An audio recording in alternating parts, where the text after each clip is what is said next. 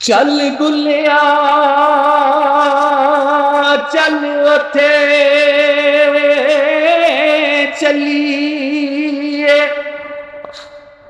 ते जिथे सारे ने ना कोई साडी जात पछाणे ते ना कोई सान मन्ने।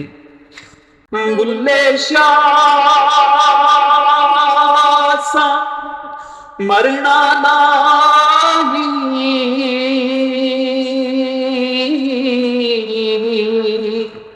गोर पिया कोई होर वे।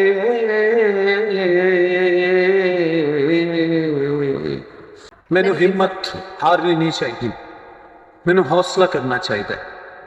मैं हिम्मत नहीं हारांगा, मैं हौसला करांगा। मैं सच दा भांबड़ बाग के रवांगा, भावें ओदी अग नाल नवाबां ते काज़ियां दे महल सड़ के सुआह क्यों ना हो जान। मैं झूठ नूं बेनकाब करके रवांगा। सोने चांदी मुराद बेगम आओ सुनो ते कहो, बुल्ले ने अपनी बुक्कल दा चोग सियाण लिया जे, सियाण लिया जे बुल्ले ने अपनी बुक्कल दा चोग।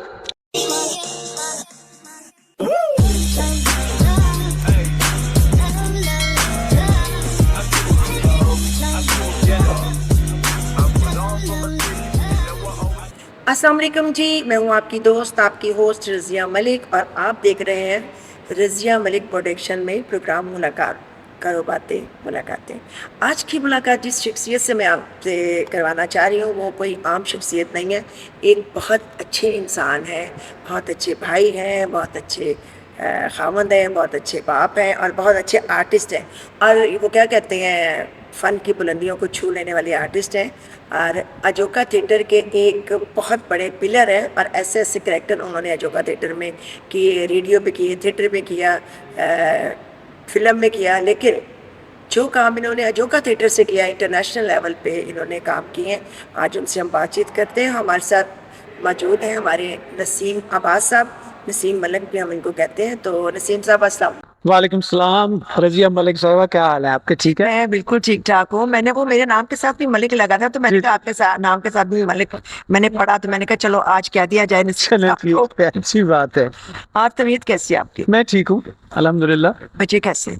बच्चे भी ठीक है। अच्छा शुक्र अल्हम्दुलिल्लाह। आपने ये शोबा क्यों मुंतखब किया जबकि और भी बड़े शोबे थे? तो क्या आप फुल टाइम आर्टिस्ट ही हैं? नहीं, मैं फुल टाइम तो नहीं हूँ, और भी काम करता हूँ। और सिर्फ आर्टिस्ट जो है वो ज़रूरी नहीं होता कि आर्टिस्ट वही है जो टेलीविज़न पे, स्टेज पे, रेडियो पे ही काम करे। वो अपनी लाइफ के अंदर भी आप खूबसूरती अगर लाते हैं तो आप एक आर्टिस्ट के तौर पे हाँ, ये भी एक आर्ट है, आप अपनी लाइफ के अंदर खूबसूरती को लाना। तो आपने कहाँ कहाँ खूबसूरती लाई? मैंने बहुत जगह पे खूबसूरती लाने की कोशिश की। कुछ जगह पे मैं कामयाब हुआ और कुछ जगह पे नाकाम हुआ। मैंने अपनी एजुकेशन के बाद बहुत सारे काम किए हैं वैसे तो। उनमें खैर जो मेरे करियर के हिसाब से आप देखें तो उसमें अजोका के साथ थिएटर पिछले 32 साल से कर रहा हूँ। अच्छा, 32 साल से? जी। मुझसे सीनियर है आप? जी। मैं भी योगा कर रही हूँ लेकिन बट मैं तो तकरीबन कोई 26 साल से तो मैं भी कर रही हाँ, मैं 1990-91 में मैंने ज्वाइन किया था अजोका को। और उसके अलावा टेलीविज़न भी किया है कुछ अर्से तक। पीटीवी मैंने बहुत रेगुलरली किया है और बड़े अच्छे अच्छे सीरियल्स मेरे क्रेडिट पे हैं जिनमें राहें, जंजालपुरा, ज़द दोपहर और बहुत सारे ऐसे हैं। और ऐसे हीरो काम किए इन्होंने और बड़े बड़े ही मंझे हुए अदाकार हैं। आप हमसे अदाकारी भी कहेंगे? हाँ जी, मंझे हुए हैं, मांझे हुए नहीं है, मांझे हुए। जो मांझे जाते हैं वही मंझे में होते हैं। हाँ, मतलब जो होता है ना वो मंझा हुआ कहला नहीं सकता। सही बात है। ये क्योंकि तो एक ऐसा करैक्टर करना जो इंसान हो ना, यानी कि मैं अगर रज़िया हूँ तो मैं एक ऐसा करैक्टर करूंगी जो कि मैं नहीं हूँ, तो वो ज्यादा मुश्किल है ना। तो इसी तरह ये नसीम है, तो एक ऐसा करैक्टर इन्होंने किया जो हमेशा के लिए यादगार साबित हुआ और होगा और होता रहेगा इंशाल्लाह।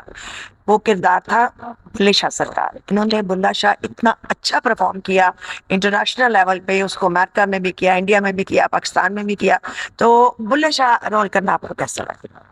ये एक बड़ा खूबसूरत सवाल है और मुझे बड़ा अच्छा लगता है जब मुझसे ये पूछा जाता है कि बाबा बुल्ले शाह का किरदार करते हुए मैंने क्या महसूस किया। आप रज़िया खुद एक आर्टिस्ट हो, आपने भी शायद जिंदगी में कोई ऐसा एक किरदार जरूर किया होगा जी जी जो आपके रूह के साथ जुड़ा हुआ होगा, जो आपके अंदर बस जाता है। बाबा बुल्ले शाह का किरदार करना, जहाँ एक सादत की बात थी, वहाँ पे उसमें ये भी है कि एज एन एक्टर बहुत बड़ा एक्सपीरियंस, बहुत उसके अंदर एक आम अदाकारी वाली बात से कुछ बढ़ के होता है। बिल्कुल। उसमें आपको एक रूहानी लिंक मिलता है कि वो करेक्टर करते हुए आप कहीं खो जाते हैं। और यकीन करें कि मैंने जैसे होता है ना कि आपको बाद आपकी तबीयत ठीक नहीं होती, आपको बुखार होता है, आपको कहीं दर्द हो रही होती है, कुछ हो रहा होता है, ये किरदार करते हुए कुछ भी हो रहा हो वो सब खत्म हो जाता है और मैं स्टेज पे उसी तरह से परफॉर्म करता हूँ जैसे उसको करना चाहिए मुझे। और नाज़रीन, कुछ देर पहले यहाँ पे हम आपको उसके चंक भी दिखाएंगे। कुछ देर पहले यहाँ पे ये रिहर्सल करवा रहे थे और ये कह रहे थे कि मुझे डांस नहीं आता, मैं बता सकता हूँ। और मुझे ये बात बड़ी अच्छी लगी कि मैं डांस बता सकता हूँ कैसे करना है, बट मुझे आता नहीं। लेकिन बुल्ले शाह सरकार में इन्होंने घुंघरू बांध के इतना अच्छा परफॉर्म किया कि उसको देखते हुए आंखों में आंसू आ जाते थे कि जब ये परफॉर्म कर रहे होते थे।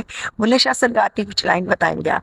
बुल्ले शाह की मैं आपको कोई उनका दोहा सुना देता हूँ, जरूर। अगर इजाजत हो। जी जी बिल्कुल, फुल इजाजत। चल गुलिया चल उथे चलिए ते जिथे सारे ने वाह। ना कोई साडी जात पछाणे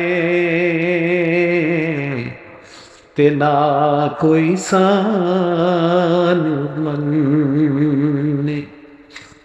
ये और बहुत सारी खूबसूरत काफियां जब आप बुल्ले शाह का किरदार कर रहे होते हैं तो आपको मतलब एक्टिंग के साथ साथ ये गाने भी बढ़ती हैं। हाँ, तो ये एक बड़ी खूबसूरत एंगल है उस करेक्टर का कि उनकी शायरी ही बहुत कुछ कह देती है जो हमें शायद लफ्जों में बयान नहीं करना पड़ता, वो उनकी शायरी के रास्ते ही बयान हो जाता है। उनकी सारी जितनी भी शायरी उन्होंने लिखी, वो जिस शायर ने भी पढ़ी गाई और एक हकीकत से बिल्कुल मुंसलिक होती है शायरी उनकी।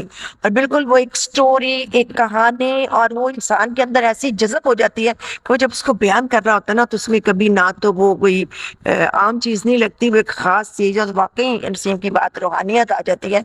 तो एक ऐसा ही करेक्टर इन्होंने और भी किया जो कि हमेशा ही पब्लिक को याद होगा। काला मेरा बेस इनका एक ड्रामा था, उसमें आपने करेक्टर किया ओपरा। तो उसमें भी आप बिल्कुल खुबे हुए ओपरे लगे। तो उसकी कोई उसमें भी काफी ज्यादा आपके गाने भी थे, क्योंकि ये एज ए सिंगर बहुत अच्छा गाते हैं और काफियां पढ़ते हैं और गाने भी गाते हैं, बड़े अच्छे जबरदस्त गाने गाते हैं। हमारी मदिया आपा जब जिंदा थी तो हमेशा इनको कहती थी कि हाँ भाई नसीम सुनाओ, और हम सोचे बगैर सुना देते थे। मैं तो नहीं, ये जिनको गाना गाना आता है। तो आप जो उस दौर में आपने वो बड़ा अच्छा मदिया आपा को एक दफा सुनाया था, कॉफी थी जिसमें गौर पे आप कोई गौर। नहीं वो तो इनकी ही है, बुल्ले शाह सरकार की। बुल्ले शाह की। हाँ, वो इन्हीं का एक कलाम का स्टार्ट है कि बुल्ले शाह सा मरना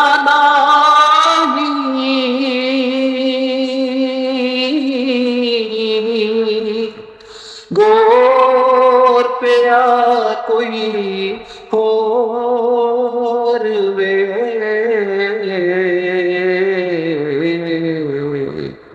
ये से कुछ बुल्ले शाह सरकार के आपको कोई डायलॉग याद हो तो? बड़ा मुश्किल होता है। मैं थोड़ा क्योंकि सुनना चाहते हैं ना लोग आपको, मतलब आपकी आवाज भी सुनना चाहते हैं, आपकी एक्टिंग भी देखना चाहते हैं। एक्टिंग तो नहीं, एक हकीकत ही होती है जो कर रहे होते हैं स्टेज के ऊपर आप।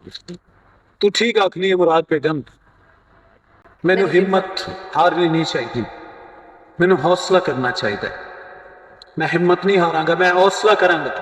मैं सच दा भांबड़ बाल के रवांगा, भावें ओदी अग नाल नवाबां ते काज़ियां दे महल सड़ के सुआ क्यों ना हो जाण।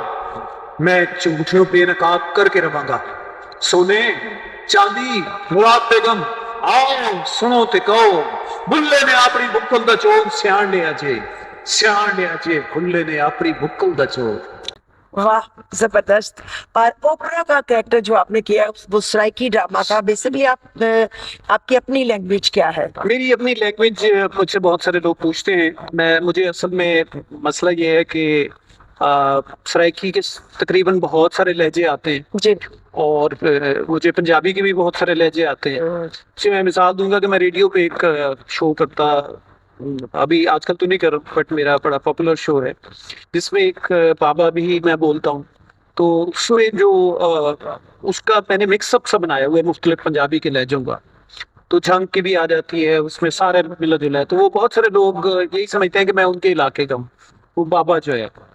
तो मेरी ओरिजिनल जो मादरी ज़बान है वो मियाँ वाली की जो सराइकी है, वो जो थोड़ी सी आम सराइकी से मुख्तलिफ होती है, थोड़ी सी उसमें खनक ज़्यादा है, गरज ज़्यादा है, और वो ज़बान है। लेकिन आप समझ सकते हैं कि ज्यादा लोग कहते हैं कि सराइकी ज़बान बड़ी मीठी होती है, ये है। वो वाली मीठी है ये या थोड़ी करख्त वाली है? जो मियाँ वाली की है वो थोड़ी सी करख्त है, करख्त। और करख्त में नहीं कहूंगा, लेकिन उसमें थोड़ी गरज ज्यादा है, मतलब उतनी मुलायमत नहीं है जितनी मुल्तान या बहावलपुर की सराइकी में। लेकिन मुझे सारी आती है, तो मिला जुला काम है। वो जो आप रेडियो पे परफॉर्म करते हैं उसके बारे में बताएं कि क्या बुजुर्ग भी बनते हैं, हाँ आप जी, लड़का भी बनते हैं, काफी चीजें बन जाती हैं। मेरे जो लिसनर्स हैं उनको शायद ही पता हो कि वो मैं ही होता हूँ, यानी कि बाबे का करैक्टर भी मैं ही बोलता हूँ, और मैं नसीम अब्बास के तौर पे मैं बोलता हूँ।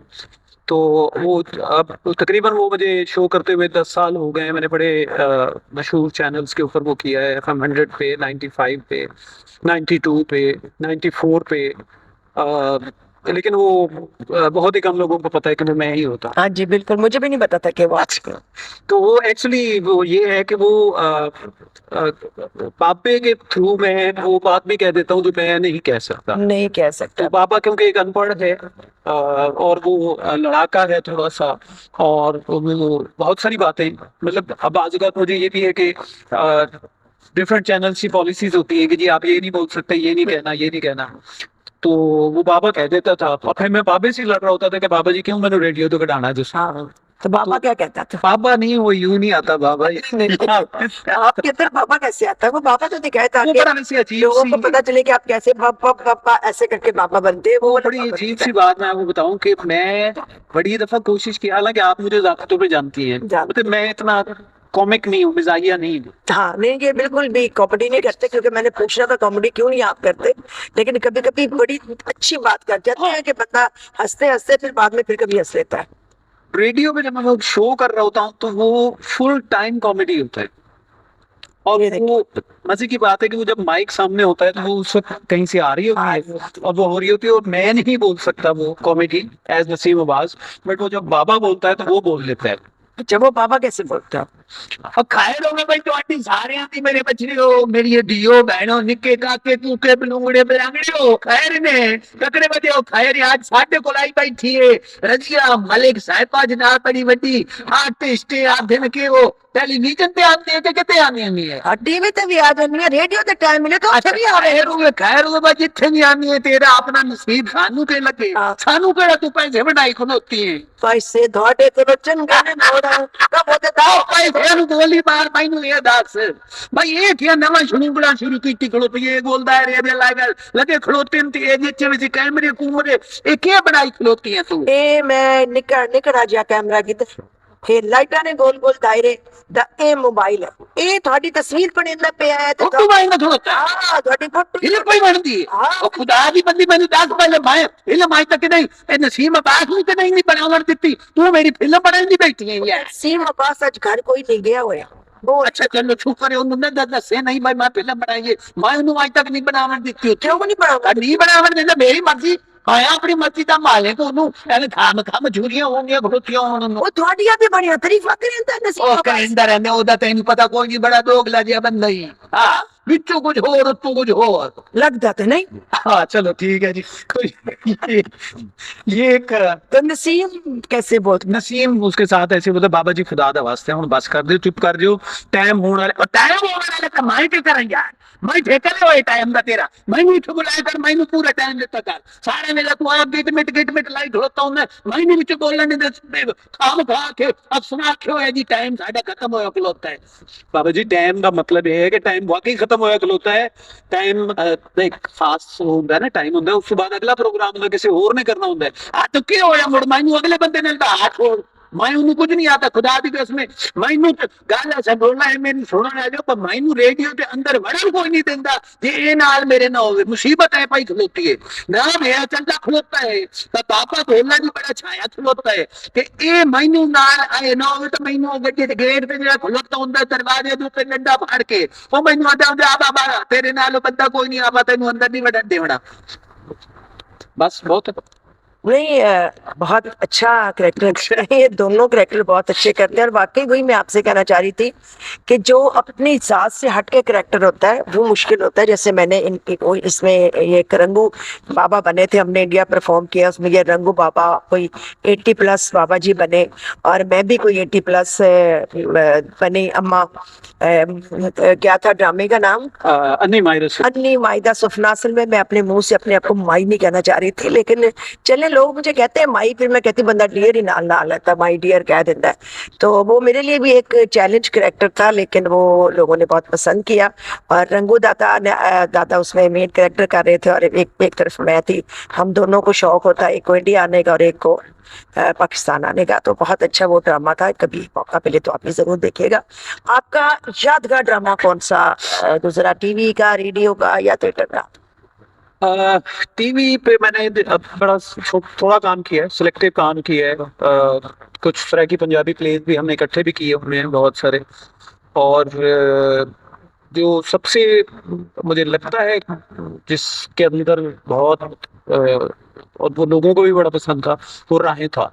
राहें बहुत अपने वक्त का एक हिट ड्रामा था। उसमें मैं नूरा भट्टी था, जिसकी बासु के साथ कबड्डी होती है और वो टांगे तोड़ देता है, उसकी पसलियां तोड़ देता है, तो वो एक बड़ी टसल थी। उस वक्त मुझे पीटीवी पे धमकियां में खत भी आते थे अच्छा। कि तू बाहर निकल, ऐसे तेरे नाल करते हैं। ऐसा भी होता? जी ऐसा भी होता था ऐसे। लेकिन जी आर्टिस्टों के साथ ऐसा भी होता है, लेकिन फिर भी वो एक्टिंग के लिए मैदान में कूदते रहते हैं और कूदेंगे, क्योंकि जब तक दिमाग के अंदर एक कीड़ा है एक्टिंग का वो तो करनी है। तो आप ये किस चीज की अपनी वर्कशॉप करवा रहे? हाँ जी, ये हमारी एक वर्कशॉप हो रही थी, लाहौर आर्ट्स काउंसिल ने इसको ऑर्गेनाइज किया है अजोका के साथ मिलके। तो इसमें शाहिद साहब हैं, मैं हूँ, लूक हैं, मदिया ने भी कुछ सेशंस लिए, निर्वाण ने लिए, उस्मान ज़िया ने भी इसमें कुछ हिस्सा डाला। तो अल्टीमेटली हमने इनको एक प्रोडक्शन की तरफ लेके जाना है। तो अब हम उस स्टेज पे हैं कि जो इनको हम प्रोडक्शन की तरफ लेके जाना लगे हैं। तो उससे पहले इनको सारी ट्रेनिंग, वॉइस की, म्यूजिक की, मूवमेंट की, एक्टिंग स्किल्स, ये सारी चीज़ें हमने इनको कुछ बेसिक्स हमने करवाई, और अब हम इनको प्रोडक्शन की तरफ लेके जा रहे हैं। ये म्यूजिकल ड्रामा है क्योंकि इसमें म्यूजिक भी था। कोशिश कर रहे हैं कि ये कुछ इस किस्म का हो कि इसके अंदर थोड़ा कल्चरल रंग भी हो, म्यूजिक भी हो, ड्रामा भी हो, मूवमेंट्स भी हो, कलर्स भी हो। तो कोशिश कर रहे हैं कि पंजाब के कल्चर पे ये प्ले कर। नहीं, ये बेसिकली एक वाकया हुआ था सिंध में, एक ऊँटनी को उसकी टांग काट दी गई थी। तो उसके ऊपर ये इन्हीं की कहानी है, इन्होंने ये कहानी दी और इसी के ऊपर ये स्क्रिप्ट भी खुद कर रहे हैं। आर्ट्स का हम नहीं, ये पार्टिसिपेंट अच्छा। जो हमारे वर्कशॉप के जो पार्टिसिपेंट्स हैं वो कर रहे हैं, और उसी को बेस बना के फिर हम आगे चल रहे हैं। ड्रामे का नाम क्या है? अभी कुछ नहीं पता, अभी नहीं रखा था। अभी तो लिखा किसने है किताब? ये अभी खुद ही मिलके पार्टिसिपेंट्स, मतलब ये एक ऐसी स्टोरी है जो रियल स्टोरी है, उसके ऊपर ये काम कर रहे हैं और उसी के साथ ही आप उसकी डायरेक्शन कर रहे हैं? हम इसको डायरेक्शन तो नहीं कह सकते, हम इनको फैसिलिटेट कर रहे हैं कि जो हमारे जैसे वर्कशॉप के ट्रेनर्स होते हैं तो हम वो हैं, तो हम इनको मुख्तलिफ चीज़ों में गाइड कर रहे हैं, बता रहे हैं कि ये यूँ कर लें तो ज़्यादा बेहतर है, यूँ कर लें तो ज़्यादा बेहतर है, इस तरह। देखिए जो सिखाता है वो भी तो डायरेक्टर ही होता है ना। हाँ, ये खुद कुछ आता है तो वो किसी को बता सकता है ना, मुझे कुछ नहीं आएगा तो मैं कैसे बताऊंगी। सही बात है। तो एक चीज़ डायरेक्टर साहब हैं मगर कह नहीं रहे, ये बहुत अच्छी डायरेक्शन कर रहे थे और बच्चों को सिखा रहे थे, उनको आगे ला रहे थे। और ऐसे लोग होने चाहिए हमारे दरमियान में, हमारे पाकिस्तान में, जहाँ पे ये आर्टिस्टों को जो है ट्रेनिंग दें ताकि वो अपने तौर पे आगे आए, ताकि आने वाली नस्लों में भी एक्टिंग जो है वो चली जाए। हाँ जी, आपको मैं वैसे थोड़ा सा बता दूं कि एक पीटीवी किसी प्राइवेट चैनल जो पीटीवी का था, एक प्ले था, ईद प्ले था, तो वो मैंने लिखा था और उन्होंने डायरेक्ट किया था। तो ये सारे ही काम हम करते हैं और मिलजुल के करते हैं और बहुत अच्छा एक्सपीरियंस रहता है। एक चीज़ जो मेरा एक सीक्रेट था, तो इस रज़िया मलिक के इस सेगमेंट की वजह से आउट हो जाएगा कि मैं बाबा जी मैं ही होता हूँ, तो मैंने आज तक ये ओपन नहीं किया। और मेरी इसलिए ये हकीकत है कि उस प्रोग्राम को ना हम फेसबुक पे लगाते थे लाइव, ना उसकी तस्वीर, और बहुत सारे लोग कहते थे ये बाबा जी की तस्वीर, बाबा जी की वीडियो हम नहीं लगाते थे, लेकिन आज इनके लिए इस राज से पर्दा उठ गया। नहीं, ये भी तो हो सकता है ना, आजकल आप वो वाला प्रोग्राम नहीं कर रहे तो ये पर्दा उठने के बाद लोग कहे नहीं जी नहीं नसीम साहब आप करें, दोबारा ड्रामा करें, तो आपको ये दोबारा प्रोग्राम मिले और आप दोबारा प्रोग्राम अगले और मजीद 10 साल करें। 10 साल तो आपने किया रेगुलर प्रोग्राम को। नसीम साहब मुझे भी ये आपने याद कराया, वैसे मैं बिल्कुल भूल गई थी, और बड़ा अच्छा ईद प्ले था वो, इन्होंने लिखा था, और चूंकि सराइकी ड्रामा था तो इनसे अच्छा कोई सराइकी लिख नहीं सकता, क्योंकि मेरे उस्ताद भी जो सराइकी के हैं वो यही है। मैंने पहला ड्रामा सराइकी का किया था, काला मेडा बेस, तो इन्होंने लिखा था उसको स्क्रिप्ट उसको शायद साहब ने पंजाबी में लिखा था, मैंने फिर उसको सराइकी में लिखा। और यहाँ तक इन्होंने बताया कि जो खून होता है तो उसमें अड़े थोड़ी सी डाले तो वो खून कहना है। तो इस तरह हमने भी एक एक लफ्ज करके इनसे सीखा हुआ है। ये भी हमारे डायरेक्टर हैं, उस्ताद हैं, और वाकई उस्ताद हैं, अगर उस्तादी ना करे तो उस्ताद ही है। तो वो ड्रामे का नाम क्या था नसीम, याद है आपको, जो अपने बकरा 9-2-11 किया था, और इन्होंने खुद उसमें कैरेक्टर बहुत अच्छा किया। सराइकी का ड्रामा था, और ऐसी बातें जो होती है ना वो तारीख बन जाती हैं और वो याद रहती हैं, और नसीम को याद थी, मुझे बिल्कुल भी याद नहीं था। नसीम आप अपनी पब्लिक को कोई मैसेज देना चाहेंगे? हाँ, मैं अभी इस काबिल नहीं हुआ कि कोई मैसेज दे सकूं। मैं सिर्फ ये कहूंगा कि इस वक्त सोशल मीडिया एक बहुत बड़ा हथियार है, उसको प्लीज पॉजिटिवली यूज करें, उसको अच्छे व्लॉग्स बनाएं, अच्छी रिपोर्टिंग करें, सच पे मबनी हो, बट उसमें ये जरूर कोशिश करें कि किसी की तज़हीक ना हो, किसी की दिल आज़ारी ना हो, किसी की पगड़ी ना उछालें। तस्दीक के बगैर बहुत सारी चीज़ें आजकल सोशल मीडिया पे आती हैं सिर्फ रेटिंग लेने के लिए, सिर्फ अपने व्यूअरशिप लेने के लिए। उससे अवॉइड करें, क्योंकि वो बहुत नुकसान दे रही है इस वक्त। और एज ए मुआशरा, एज ए सोसाइटी हम लोग बहुत बदहाली की तरफ जा रहे हैं। उसकी वजह से हमारी जिम्मेदारी है बहैसियत सोसाइटी के एक जिम्मेदार फर्द होने की हैसियत से कि हम कुछ भी बनाएं, हमारा हक है, आपका हक है, कुछ भी बनाएं, लगाएं, लेकिन वो अखलाक के दायरे के अंदर हो, और उसमें मुआशरती जो बंदिशें हैं उनको सामने रखा जाए, और दूसरों की इज्जत को खास तौर पे सामने रखा जाए। बस मैं यही कहना चाहता हूँ। नसीम साहब आपका बहुत शुक्रिया। नसीम साहब बहुत थके हुए थे आज, क्योंकि 2-2.5 घंटे से वर्कशॉप चल रही थी, उसमें गाने थे, उसमें परफॉर्मेंस थी, ड्रामा था, तो इसके बावजूद उन्होंने मुझे इनकार नहीं किया। ये इनकी मोहब्बत और चाहत है। और मुझे एक और ड्रामा याद आया जो लिखा भी नहीं था लेकिन हमने कर लिया था। एक तो होता है ना कि लिखा था ड्रामा, तो जी लिखा नसीम ने और हमने कर लिया। नहीं, एक ड्रामा था इन्होंने लिखा भी नहीं था, मैंने और नसीम ने किया। और इनकी जो बेटी है वो माशाल्लाह बहुत अच्छा गाती हैं। अब कौन सी यूनिवर्सिटी में आपकी बेटी? वो इस वक्त लॉ कर रही हैं यूसीपी से। अच्छा, और गाती बहुत अच्छे। बहुत अच्छा गाती है, बहुत अच्छा गाती है। बहुत अनकरीब उनको मैं प्रोफेशनली लॉन्च करने लगा हूँ एज जरूरी है। सिंगर। बिल्कुल बहुत जरूरी है। अगर आर्ट इंसान के अंदर है तो वो सामने आना चाहिए। और वैसे तो इनको मतलब फादर की तरफ से एक आर्ट मिला है तो वो बिल्कुल सामने आना चाहिए। अनकरीब आप उनकी वीडियोस देखेंगे, आवाज सुनेंगे उनकी, बहुत अच्छी। मुझे उनका नाम भूल जाता है। अनिका। अनिका उनका नाम है जी। और अनिका के नाम से जो भी वीडियो आएगी जरूर देखिएगा। और आपकी मोहब्बत का, आपकी चाहत का नसीम साहब बहुत शुक्रिया, और देखने वालों का भी बहुत शुक्रिया। और चलते चलते इतना आपको कह दूं कि चैनल को लाइक करें, सब्सक्राइब करें, और आपकी मोहब्बत का बहुत शुक्रिया सर। Thank you. बहुत बहुत शुक्रिया। चलते चलते पाकिस्तान जिंदाबाद। जिंदाबाद।